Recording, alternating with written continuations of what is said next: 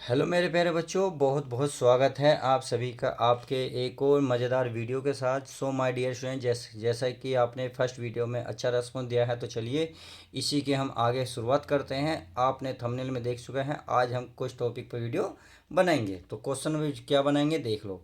ये कह रहा है प्रश्नावली 1.3 का क्वेश्चन नंबर 2, सिद्ध कीजिए कि 3+2√5 एक अपरिमेय संख्या है। तो ये हमने पिछले जो सवाल थे उसमें अच्छे से समझा था कि √5 की अगर गुणा में कोई संख्या आती है, अर्थात √5 क्या है, आपकी अपरिमेय संख्या है। अगर इसकी गुणा में कोई संख्या आती है और जो परिमेय संख्या हो, तो परिमेय और अपरिमेय संख्या की जब आपस में गुणा करते हैं तो अपरिमेय संख्या बनती है। समझ में आ गया।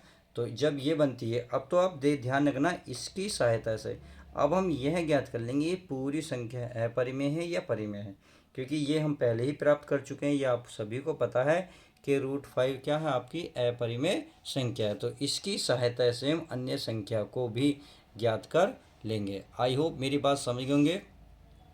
√5 की सहायता से क्या होगा, पूरी संख्या का पता लगा सकते हैं कि वे या आप कैसे तो सिद्ध कर सकते हैं कि वे परिमेय संख्या है। तो चलिए मैं थोड़ा सा लिख लेता हूँ। क्या लिखना है, बिल्कुल सेम वही कहाँ लिखनी है कहानी, विरोधो व्यक्ति विधि द्वारा। तो यहाँ लिखना है विरोधो विरोध व्यक्ति विधि द्वारा।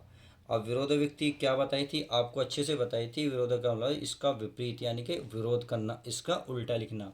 तो आपको ये क्या है, परिमेय संख्या लिखनी है, आपको परिमेय लिखनी है।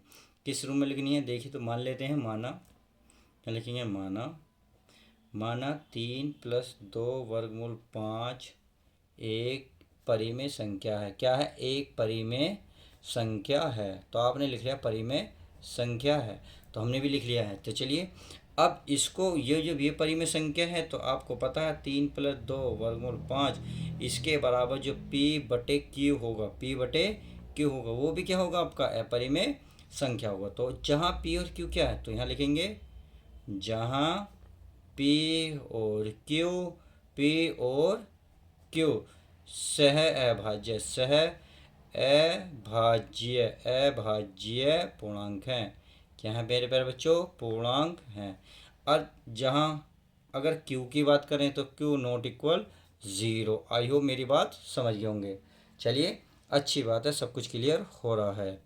अब इसकी सहायता से ध्यान रखना, जब ये चीज़ आ जाए तो इसको हम क्या करते हैं, इस संख्या को अलग कर लेते हैं। अर्थात इसका तो हमें पता है, इसका हमें नहीं पता है, क्योंकि इसे तो हमें ज्ञात करना। जिसको ज्ञात करना है तो इसको P के बराबर ले जाओ। क्या ले जाओ, P के बराबर ले जाओ। बस तो लेके चलते हैं। तो ये हमारा ये तो ही रहेगा भाई, 2√5 बराबर P/Q। अब 3 जो है क्या किधर जाएगा, इधर जाके इधर लेके जाओगे तो जैसे ही प्लस वाला है उधर जाके ही माइनस हो जाएगा 3, क्योंकि बराबर के बाद जब कोई संख्या लेके जाते हैं तो उसका चिन्ह चेंज हो जाता है। तो उम्मीद है समझ गए होंगे।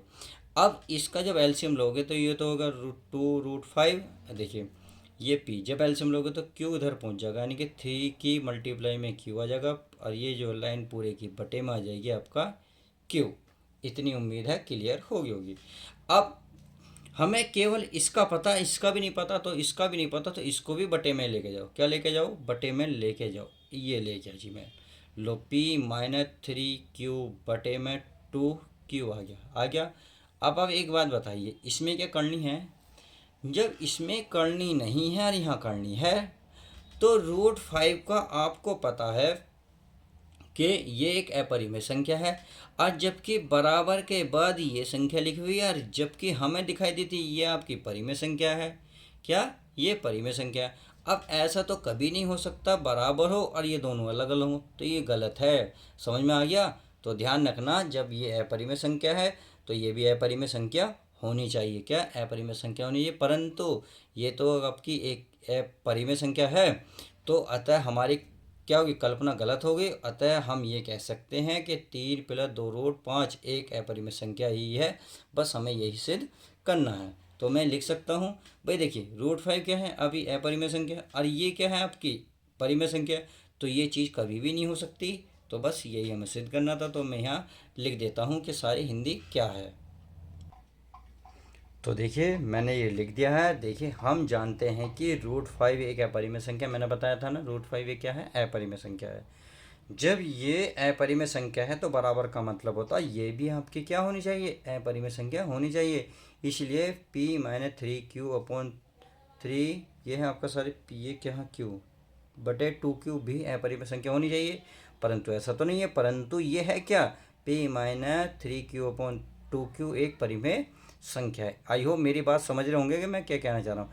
अतः हमारी जो कल्पना क्या है, गलत है, बिल्कुल गलत है, ये आप सब स्पष्ट कर चुके हैं। बस जब ये सिद्ध हो ही चुका है तो आप बस क्या लिखेंगे, आप ये लिखेंगे अतः या और 3+2 √5 एक अपरिमेय संख्या ही है और यही हमें सिद्ध करना था। तो इस तरीके से हमने क्वेश्चन नंबर 2 को बहुत अच्छे से कवर कर लिया है। तो उम्मीद है मेरे द्वारा क्वेश्चन जो 2 कराया बहुत अच्छे से समझ में आया होगा, आप अच्छे से नोट्स बना भी रहे होंगे। तो चलिए मिलते हैं किसी और नेक्स्ट सवाल के साथ। जब तक के लिए दोस्तों good bye, take care, love you guys.